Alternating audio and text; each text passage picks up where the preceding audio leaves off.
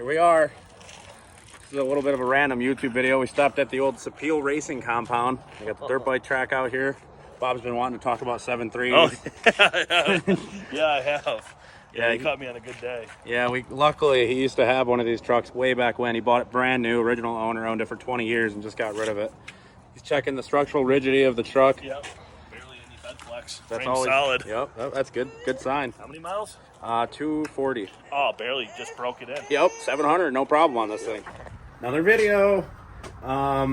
We have some big updates. As you can see, the car's in the air. The motor is out, which, yeah, I haven't talked about any of this, but I've been debating it for a long time. Motor's gone.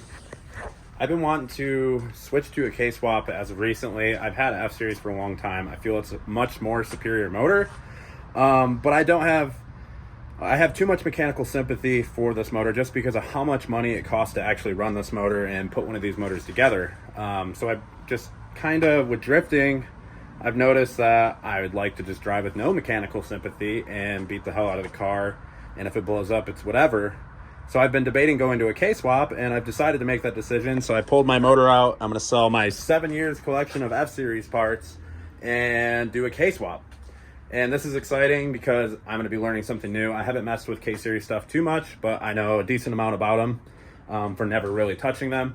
I'm just a big Honda geek in general. And we picked up a K24A2 from the junkyard for $400.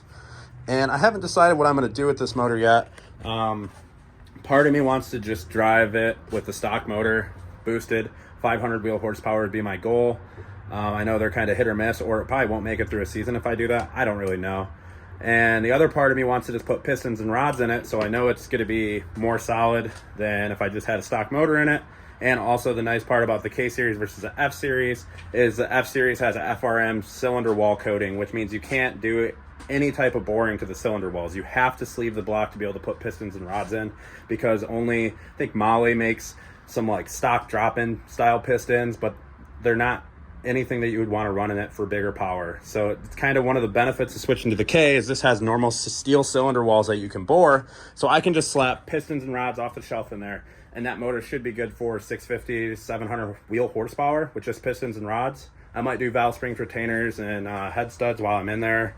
I haven't decided yet. I'm trying to debate how cheap I want to go or how much money I want to put back into this, because the whole point of switching to the K was kind of the cost, parts availability, and also opening up the opportunity to maybe get potentially more sponsors with the car, because I would love to work with some companies on doing some of the Kswap S2000 stuff and bringing some light to it. The car has been kind of starting to get a lot more attention than I anticipated. I mean, I knew it was weird and unique to see, and now that the car is kind of proven, it's been getting a lot of traction. So I decided to do a Kswap. We picked this up, like I said, from a local junkyard for $400. It's a 2007 K24A2 out of an Acura TSX. This is one of the better K24s.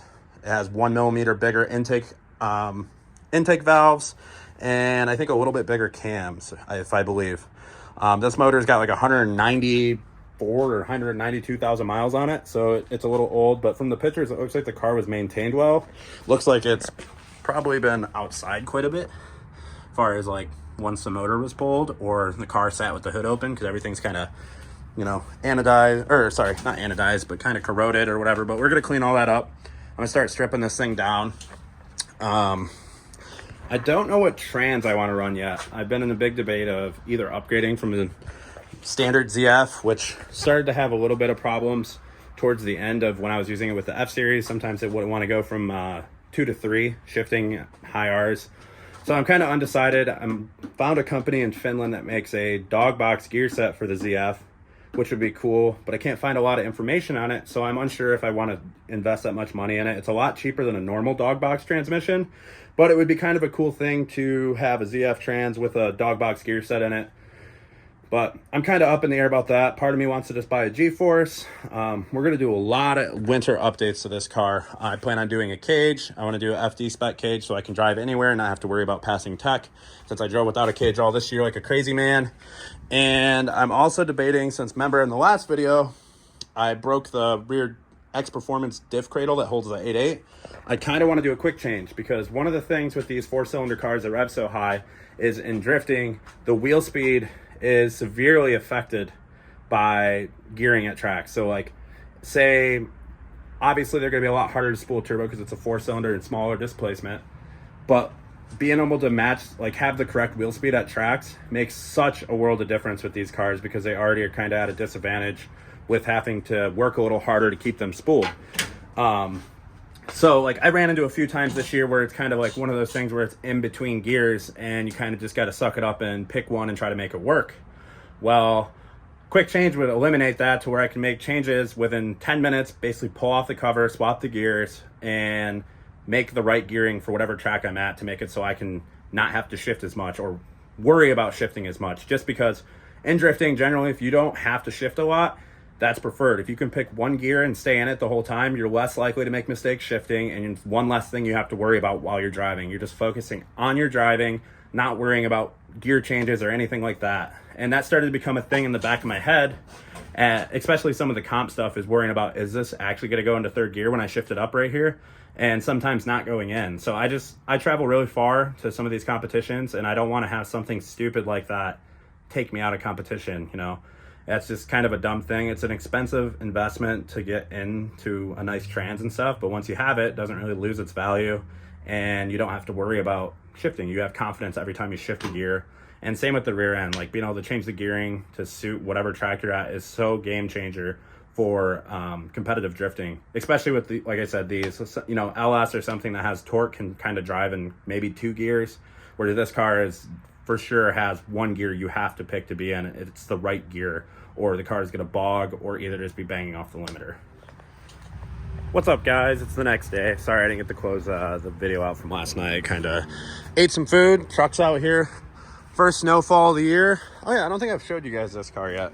This is gonna probably end up being my winter daily. It's a E46 rear wheel drive, manual, and slick top.